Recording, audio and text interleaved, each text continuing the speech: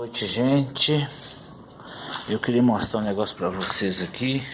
Quem tem um Versa, na verdade o nosso é 2011, 2012.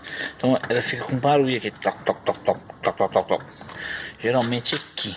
Então, o segredo é este. Você vem, pressiona essa capa aqui, ó.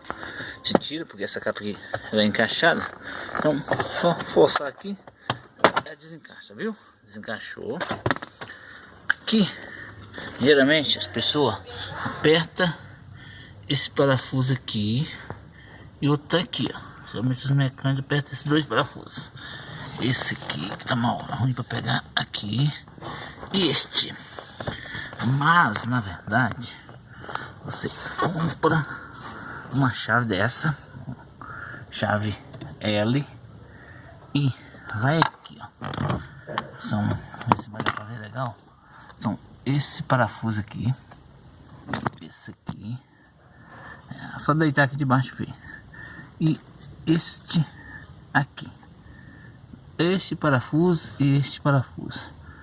Não força muito, porque eles pode estragar, pode diluir, pode quebrar esse negócio. Então, apertou esses dois parafusos, problema resolvido.